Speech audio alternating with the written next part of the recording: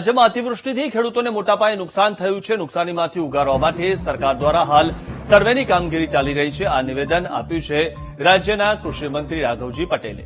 ખેડૂતોના આરાધ્ય એવા બલરામ ભગવાનની જયંતિ નિમિત્તે રાઘવજીએ ખેડૂતોના સુખ સમૃદ્ધિ માટે પ્રાર્થના પણ કરી.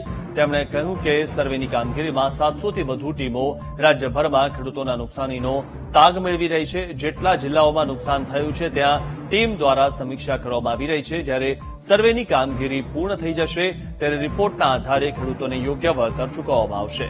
મહત્વનું છે કે આ વર્ષે ચોમાસામાં પડેલા અતિ ભારે વરસાદે ખેડૂતોને રડાવ્યા છે. રાજ્યભરના ખેડૂતોનો ઉભો પાક ધોવાઈ ગયો.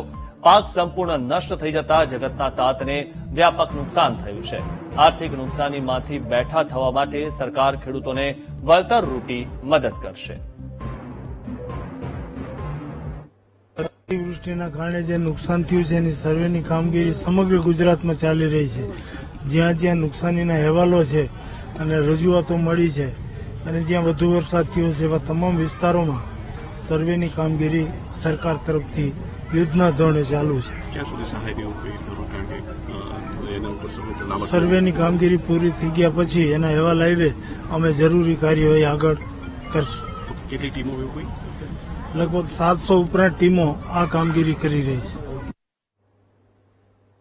તો પાક નુકસાનીના સર્વે અંગે કૃષિમંત્રીએ જે નિવેદન આપ્યું છે અને 700થી વધુ ટીમ હાલમાં સર્વે કરી રહી છે તેવું પણ તેમણે કીધું. ત્યારે રિપોર્ટના આધારે વળતર ચૂકવાશે. કારણ કે આ વખતે જે રીતે અતિવૃષ્ટિ થઈ છે ખેડૂતોને ખૂબ નુકસાન થયું છે.